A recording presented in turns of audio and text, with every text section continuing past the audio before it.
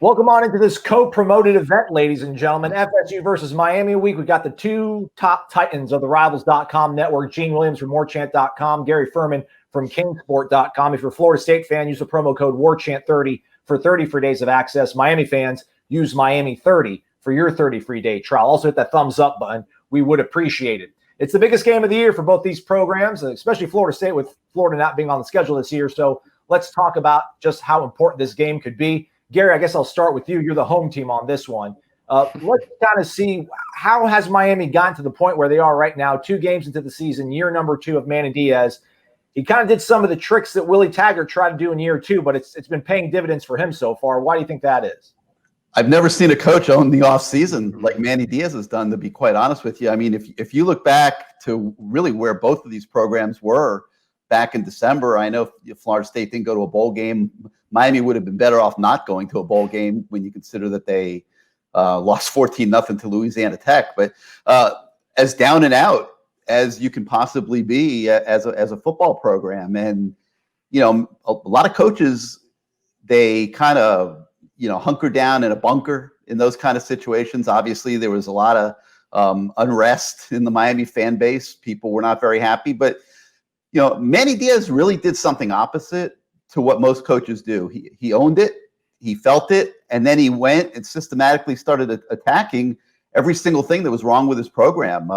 Went out and got himself a new offensive coordinator to correct what he felt was a mistake he made when he got the head coaching job. That wasn't insignificant. I mean, he ends up, saddling the athletic department with $2 million in coordinator salary over the next couple of years, $2 million plus, really. And then, so he hires Lashley from SMU as his coordinator, and together they go out and they're able to recruit what, I don't like to use that elite word, very casually, but this kid is an elite college quarterback. He doesn't make mistakes. D'Eriq King, very, very efficient. He can hurt you running the ball. He's proving that he's a better passer than people think. I don't think we're going to sit here and say that he has an NFL arm or anything like that, but when he does throw the ball, it's very accurate. He had some very key third down conversions last week against Louisville. And where he's really transformed the Miami program has been with his leadership. I mean, he walked in the door, guys, and just made the program his and took the whole dang thing on his back, unlike anything I can remember ever seeing, certainly with a transfer before. So, and then it just kept expanding from there. They had already brought in transfers the previous years in Jalen Phillips, a defensive end, and Bubba Bolden, a safety, 2 very high quality starters. They went and got Quincy Roche from Temple, who, at least at that level, was a top shelf pass rusher. I'm not sure he's going to put up the numbers in the ACC that he was able to, to put up at Temple, but still a very quality defensive end. And that was significant when Greg Rousseau, who is probably going to be a top 10 pick in the NFL draft next spring, decided to opt out this year and not play.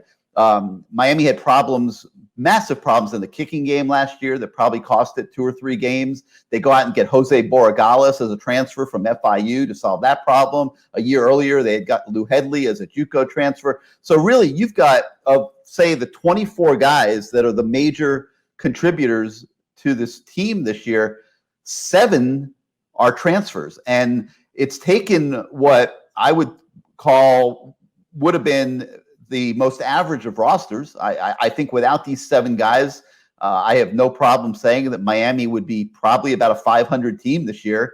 And it's making them, I'm not going to say a contender in the ACC, because I think that we're going to find out in a couple of weeks where the Canes stand in relation to Clemson, which seems at a whole other level than everybody in college football. But it's certainly made them relevant in the ACC and given them a great chance to get to the championship game at the end of the year, which is miles away from where they ended last season. Is that what it feels like for you, Gene Williams, covering Florida State? Is it not being able to capitalize on the transfer market the way Manny Diaz has? It's only 8 months of a rebuild for Mike Norvell, but this program's really almost 80 months, really, when you factor in the whole Jimbo Fisher fiasco. Yeah, there's no doubt. If Florida State could have got someone like D'Eriq King in their offense, we might be having a totally different conversation right now. But yeah, there's no doubt Miami did a fantastic job in the transfer market, and Florida State did get a couple quality transfers in there, including the starting running back, Ja'Shawn Corbin. If we're going to go bigger picture, though, man, it's really got to go back about 3 years to discuss why Florida State's where it's at right now. Jimbo Fisher, we all know, checked out in 2017, stopped recruiting, put Florida State behind the 8 ball, and then they compounded the problem by making a bad rush hire in Willie Taggart, and then it got worse with Willie Taggart hiring an even worse coaching staff with Mario Cristobal on that staff. The primary assistants with him stayed at Oregon. It really messed things up for him, and it was a disastrous 2 years. And the vibe is Mike Norvell is going to be a good coach. I mean, we interact with him. Everything is positive. We talk to high school coaches. We talk to the administration. All his assistant coaches seem to be on top of stuff, but he's been dealt a really awful hand. Willie Taggart didn't recruit a quarterback for 2 years. He didn't sign one. And Jimbo Fisher didn't do much before that. So we're in this situation now where they've been forced to start James Blackman. Now, he signed, I think, 2 really good quarterbacks. Chubba Purdy, who's been hurt, who probably won't play this weekend just because he's still getting over that broken collarbone, and Tate Rodemaker. And he's got a top quarterback coming in 2021 and Luke Altmaier. But that's not going to do you a whole lot of good early this season. So there's a big rebuilding going on right now. So I think Florida State is probably maybe where Miami was at this point about a year ago. So you would think with better recruiting, some key transfers in the offseason, you improve throughout this season. Florida State could be where Miami is in 2021 at this point. But right now, this is definitely a rebuilding effort. Well, I'm going to make Gene really sick, okay? Because he certainly did it to me for the 7 years that Florida State was winning this game every single year. And guess who helped coach De'Ara King in high school? Charlie Ward, Gene. Was it? Oh, yeah. Charlie Ward, okay? So, if De'Ara King lights it up on Saturday, make sure all the Florida State fans are aware of that so they can, feel a little bit more, miserable scary watching the game. I'm kidding. But no, I know. That's a true fact. I mean, Charlie Ward helped mold De'Ara King into what he is today. Yeah, behind my left shoulder, that guy right there. Yeah. So, that's a fun little fact. So offensively, De'Ara King, you've sort of scratched the surface scare on what he's brought to the team, but that running back, Cameron, seems a pretty special player in his own right. Just how much are those two guys, is the synergy between King and his running back been able to lift Miami this early on? And is that pretty much at least the one thing this program can hang their hat on offensively right now? Yeah, I mean, Cam Harris came back for this year a whole different player. He worked extremely hard in the offseason. He made himself a much more physical back, and he's stronger, he's more confident, he's faster, and you really see that every single time he touches the ball so far this season. And then, Florida State fans aren't going to be happy about this either, but the second back, Jalen Knighton, who Miami kind of stole from Florida State, has been sensational as well, and has made big plays in both of the opening 2 games, and is clearly going to be a key piece of this offense for the next few years. So with those two, and then a little sprinkling of Don Chaney as well, who's another true freshman, Miami's got probably a better running game than it's had in a few years. I mean, these guys are doing a great job. They're complete backs. They can catch the ball out of the backfield. So a defense in defending these guys has its hands full, no question about it. Now, the Miami passing game has not really gotten on track so far to the degree they would want it, but they've got 2 phenomenal tight ends to build it around, in Brevin Jordan and Will Mallory. And I think that, that's going to become more and more of a factor as the year goes on. And I think it's something that, we'll see a lot of on Saturday night. We saw them on the field together, some against Louisville. To me, the Miami offense is best with those 2 guys on the field together. So I'm expecting Rhett Lashley to do that a lot more, to kind of add a little bit more juice to his passing game while they wait for a receiver to kind of separate himself. Right now, I think, they've just got a bunch of guys out there playing receiver. Nobody's really stepped forward and said, I'm a guy that you can count on to win football games. Miami has that luxury of a running game to lean on right now, Gene. When you look at Florida State's offense, I mean, is there anything that can kind of compare maybe to what they have with Harris or King, at least at one position? It's a one-game sample, but they've obviously had issues, especially in run blocking in that first game. Really did not do well there, but that's been a recurring theme for Florida State the last couple of years. And it's the first time going back to almost a decade they don't have a 5-star running back on the roster. I mean, they put out NFL guy after NFL. I mean, Devonta Freeman, who just signed with the Giants, was there. You obviously had Dalvin Cook and then Cam Akers, who's now with the Rams. So, I mean, it's tough now. They don't have that elite guy. They get Jashaun Corbin from Texas A&M, and I think he's going to be a nice back. But really, it's kind of a committee deal with him and LaDamian Webb and then Lawrence Tolafili, who's a talented freshman. So I think you're going to see a dose of all those guys right now. They kind of feel their way to figure out what's best for the running game for Florida State. So, I mean, I think that's going to be key to this game. I think Florida State cannot go into this thing one-dimensional, trying to throw the ball. We saw what happens when James Blackman drops back and tries to throw the ball 40 times. They cannot get behind the sticks. They've got to be able to run the football. But that's something so far, honestly, they just have not been able to do consistently. And, Miami has not been great defending the run.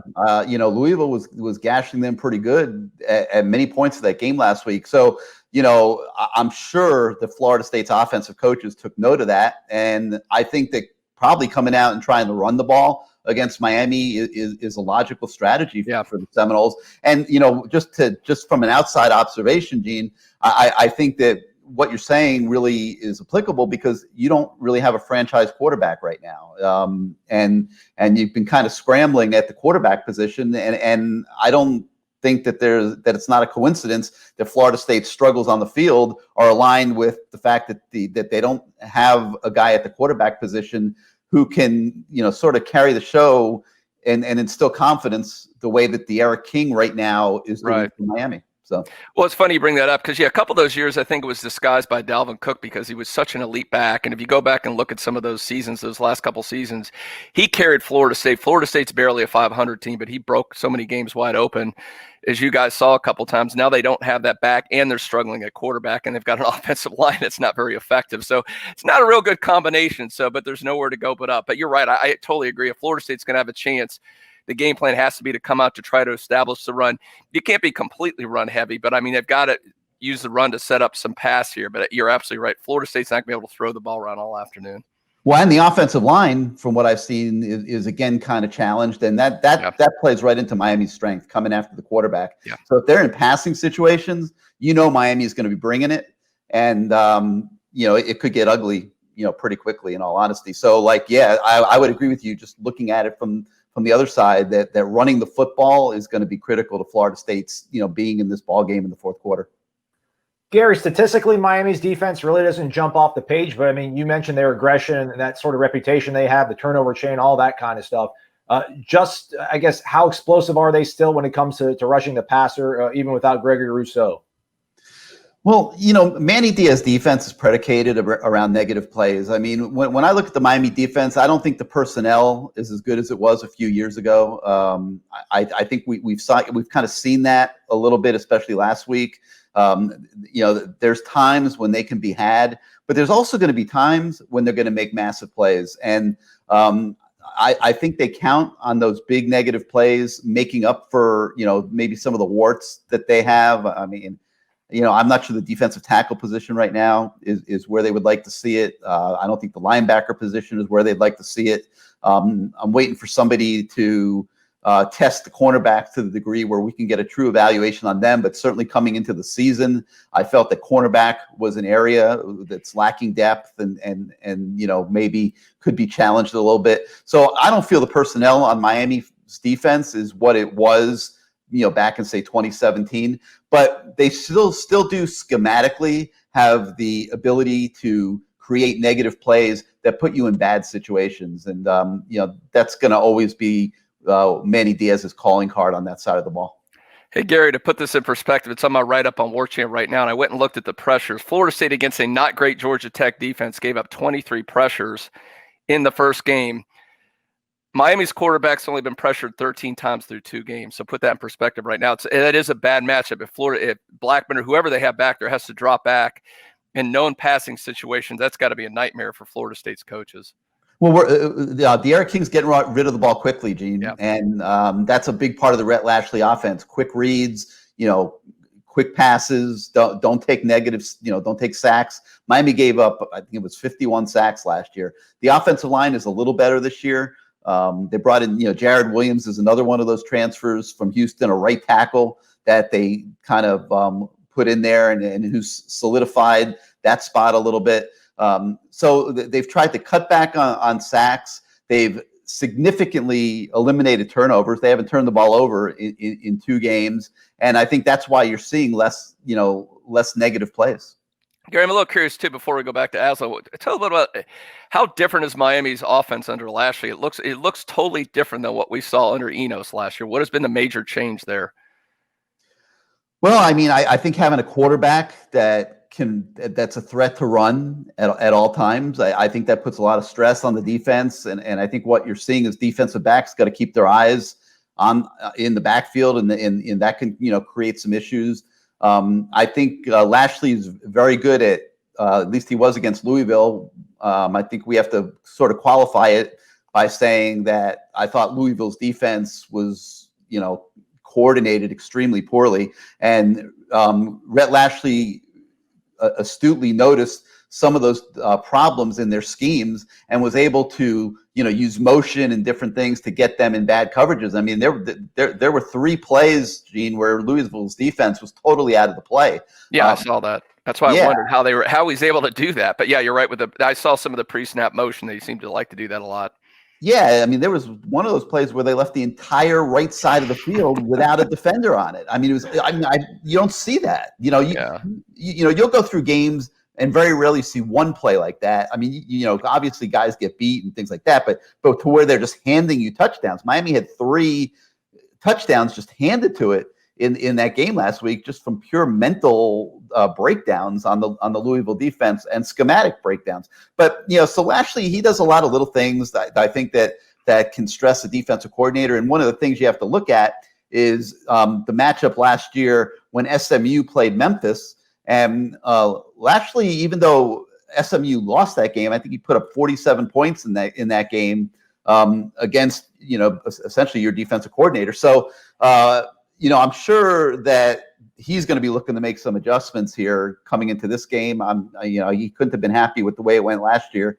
But Lashley he'll create problems for you, and he'll find, if you have weaknesses, he'll find them and he'll look for ways to exploit them. And then if things don't work, you got the Eric King who can make a bad play a good one very quickly. So that's the biggest difference. I mean, the running plays, there's little wrinkles here and there and things like that. We haven't seen a ton of the passing offense yet, but it's more up tempo, going fast, mentally stressing the defense. And finding ways to just get the ball in the hands of guys that can make plays. Before we make a prediction, gentlemen, just want to get your thoughts real quick, Gary. In typical 2020 fashion, Florida State-Miami rivalry is going to be even more bizarre with the absence of a head coach. But you've only seen one game, the same that most Florida State fans saw against Georgia Tech. But maybe in talking to recruits or just the overall feeling in the state now with Mike Norvell being in place at Florida State, what is sort of your feelings on the hire that Florida State ultimately made there? I think he's a great hire from a football standpoint. Mike Norvell's a very good football coach, and if he can get the players into Florida State, I think he can do very good things with them. Recruiting wise, I think it's going to be kind of tough for him for a while right now. When you look at what's going on in the upper half of the state with Florida, and then obviously all those SEC schools coming down into the state and going over to IMG and things like that. And then you look at the job that Miami's done in South Florida, Dade and Broward counties. And where's the holes for Mike Norvell? I don't see a lot of them right now, and that's going to be the challenge for the FSU program as a whole. Is while they're waiting to get the football product up to snuff and where it should be, where are they going to find the players? And I wouldn't be surprised if he doesn't see what's going on with Miami and maybe take the Manny Diaz approach and go out and try to get hit the transfer portal. Bring in some guys. If you can get yourself 5, 6, 7 starters like Miami has, you can change your football team very, very quickly. So that might be where they have to start and try to build it back that way. Because if he gets the players in there, I think this guy has proven that from a football standpoint and a coaching standpoint that he can win and he can put together a quality program. But he's coming into a state of Florida right now where he doesn't really have a lot of traction from the recruiting standpoint. So I'm sure that's something that inside the Florida State football headquarters, they're trying to reconcile a little bit. Yeah, and you're right, Gary. I mean, you look at the recruiting rankings, Florida State's 34 right now. You never see Florida State down that low. I mean, they're always in the top 10 or worst case top 20. But a lot of it's too that it's been made worse by the whole pandemic situation. I mean, one thing, if you go interact with him and the coaches, are pretty impressive in person. They can't do that. The NCAA now just extended the deadline. I don't know, it's to sometime in 2021. So these kids can't come to games. They can't come to practice. The coaches can't make in-home visits. Because I know in him interacting with high school coach, I think he's a really impressive guy. And so he's hired some really good staff members. But it's compounded this problem by it. So, yeah, Florida State could be, like I said before, I wouldn't be surprised if they're in Miami's position this offseason and really trying to fill some of those key holes with transfers, because you can do it. Miami's proven it. Some other teams have proven it. You can improve your team overnight by getting key transfers. It's been an absolute complete transformation down here. And I mean, it could not have been a more dire situation. I mean, you talk about finishing a season, Gene, you lose to FIU, okay, and then you lose to Duke, and then you lose to Louisiana Tech and get shut out 14-0. I mean, it doesn't get worse than that. For a program like Miami, it was absolutely ridiculous. And you're sitting there, you got a first-year head coach, and now you're saying, "Holy shit, what did the athletic director do here?" You're saying, "Oh my God!" They got 5 coordinators on the payroll, still do. They've got, I mean, it's like it was like as bad as could be. It really was, and man, like that, boom, boom, boom. We just started, boom, new coordinator, new quarterback, new right tackle, new kicker, 2 other new offensive coaches. I mean, just went boom, boom, boom, like in rapid fire. I've never seen a coach own the offseason like that. And he's resurrected at least the mood around his career. Now he's got to win on the field. And so far he's 2-0. And things are looking, pretty bright when you factor in the rest of the ACC, the schedule going forward. You got to play Clemson, Pitt, North Carolina, maybe Virginia Tech can do some things. We'll see what Florida State can do Saturday. But you have to think that Miami's set up to certainly win. Maybe 9 games this year, maybe even 10 if they if they can get out of Dodge on Saturday and Florida State doesn't come up and bite them. And that would just be ridiculous. Manny Diaz might be National Coach of the Year if he does that. And let's not compare payrolls of former coaches, because Florida State is running the Brinks truck down to South Florida for Willie Taggart right now to pay him off.